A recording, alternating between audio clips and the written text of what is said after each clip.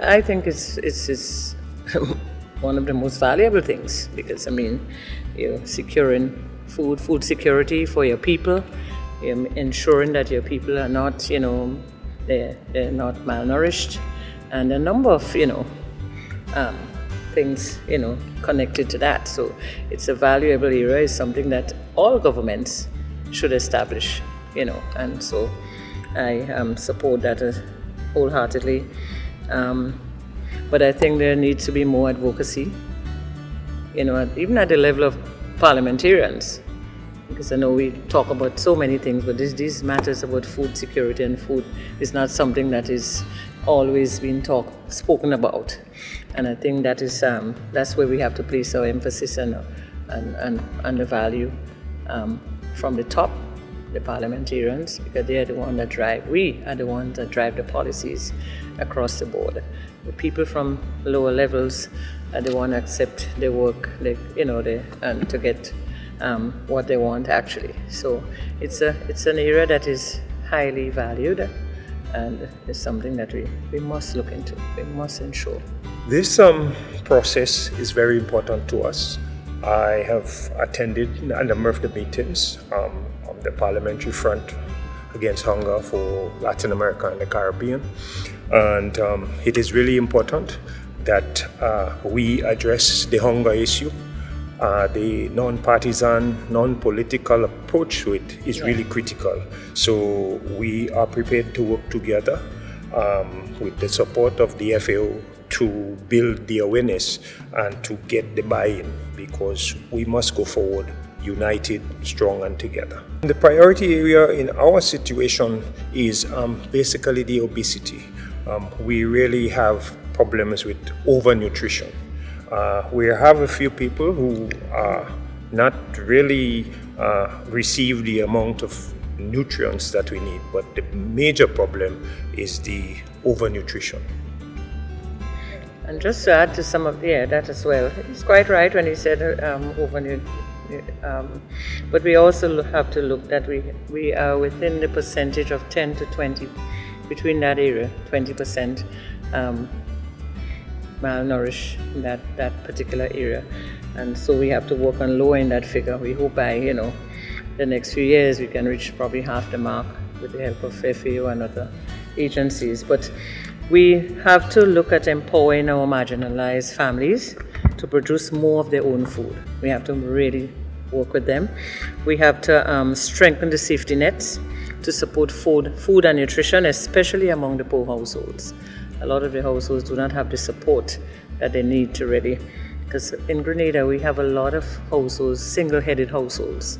We have about 45% of women heading households, no fathers, and so we need to look at that seriously, and we need to strengthen policies geared at enhancing, increasing nutrition standards in schools. We have started, but we have to ensure that these policies are in place so that we have that area, the young minds, the young kids getting the right food. And that has started with the Zero Hunger Initiative program and provision of critical inputs to support production in agriculture. We must look at those. Well, I would say parliamentarians, for one, have to take that role seriously.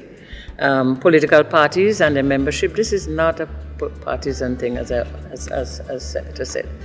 We have to work together. It's not a political where we're fighting against each other. We're using that as a campaign strategy.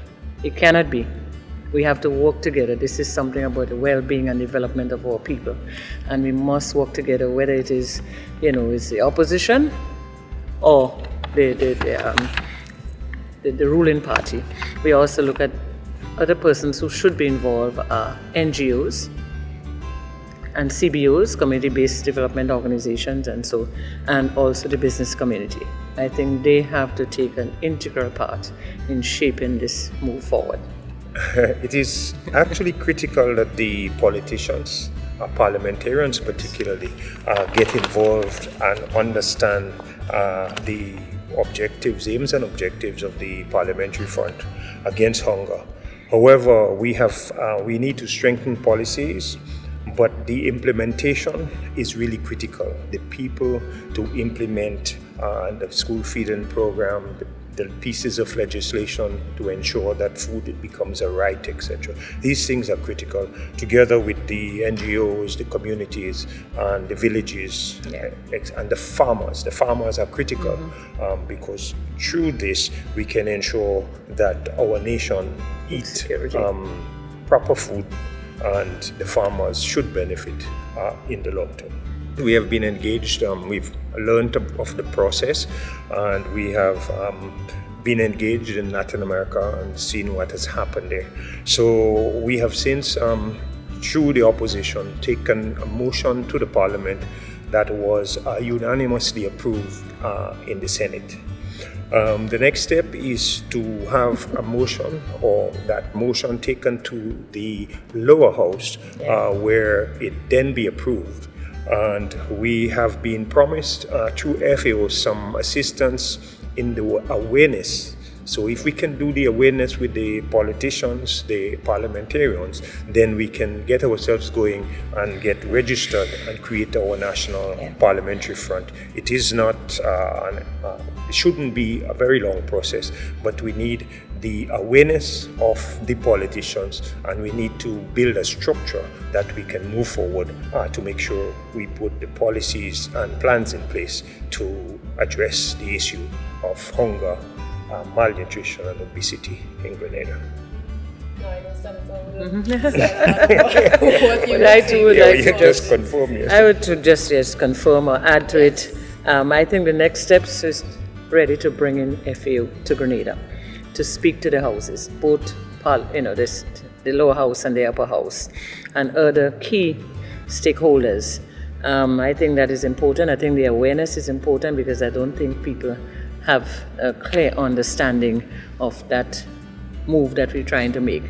I think it may have been talked about, but I don't think it has been spoken about in the context of the understanding the whole goal, the vision beyond just the position that we are taking. I think the next things after that, we could establish some operational plan, TOR, for the functioning of the National Parliamentary Front Against Hunger. We could probably identify politicians who will lead in the organization in terms of advocacy, be part of the whole thing into the communities and other leadership roles, people taking that initiative. CBOs, something has to be done in that. We should then develop an action plan for the work of the National Parliamentary Front. And that is obvious. That must happen in order to get it going. Enable that there is a buy-in by the stakeholders. A lot of the times we do these things, but people have not consciously taken it seriously to the extent that they want to see that shift, that action. It starts and then it's not sustained. And that is the problem. So we have to get that consultative thing around the country, around the people who we think can be part of the whole process, so they could understand the process and buy into it and feel comfortable.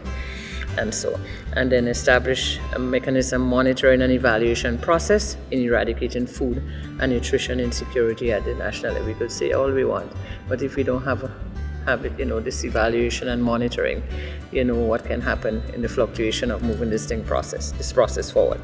And establish a clear reporting mechanism for informing partners and stakeholders of the progress of the work at the National Parliamentary Front Against Hunger. So I think these are the steps. These are way down, but we know initially we will want the FAO to come in and to really do a good public relations with our parliamentarians. This is it, so that they can really get a grip on what is moving forward. Yeah. In addition, I think we are prepared to play an active role in the Caribbean arm of the Parliamentary Front against Latin America and the Caribbean. Yeah. And as we said before, we have, we would continue to be active at the higher level, at the Latin America level.